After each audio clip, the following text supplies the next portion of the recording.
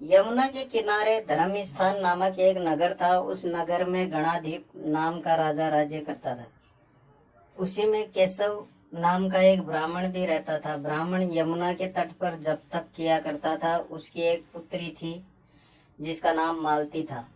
वह बड़ी रूपवती थी। जब वह ब्याह के योग्य हुई तो उसके माता पिता और भाई को चिंता हुई। संयोग से एक दिन जब ब्राह्मण अपने किसी यजमान की बारात में गया था और भाई पढ़ने गया हुआ था, तभी उनके घर में एक ब्राह्मण का लड़का आया। लड़की की माँ ने उसके रूप और गुणों को देखकर उससे कहा कि मैं तुमसे अपनी लड़की का ब्याह करूंगी। संयोग की बात है कि उधर ब्राह्मण पिता को भी एक दूसरा लड़का मिल गया और उसने उस लड़के को भी यही वचन दे दिया। उधर ब्राह्मण का लड़का जहाँ पढ़ने गया था वहां एक लड़के से यही वादा करके आ गया। कुछ समय बाद बाप बेटे घर में इकट्ठे हुए तो देखते हैं कि वहां एक तीसरा लड़का और मौजूद है।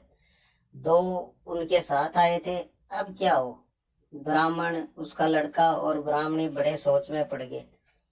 देवयोग से हुआ ही क्या कि लड़की को सांप ने काट लिया और वह मर गई।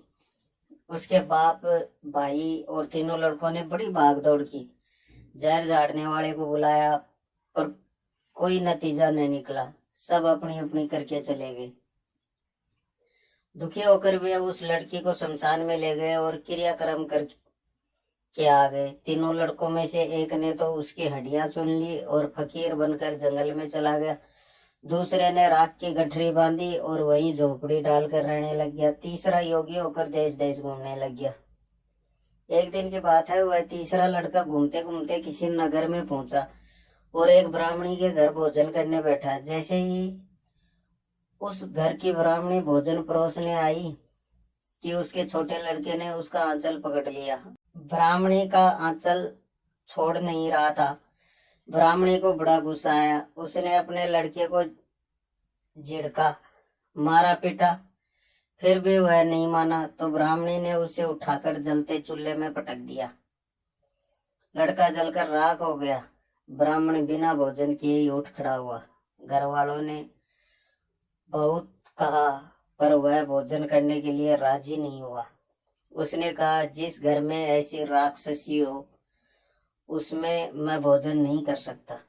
इतना सुनकर वह आदमी भीतर गया और संजीवनी विद्या की पोथी लाकर एक मंत्र पढ़ा। जलकर राख हो चुका लड़का फिर से जीवित हो गया।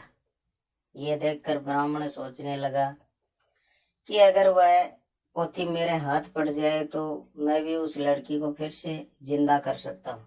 उसके बाद उसने भोजन किया और वहीं ठहर गया। जब रात को सब खा पी कर सो गए तो वह ब्राह्मण चुपचाप पोथी लेकर चल दिया।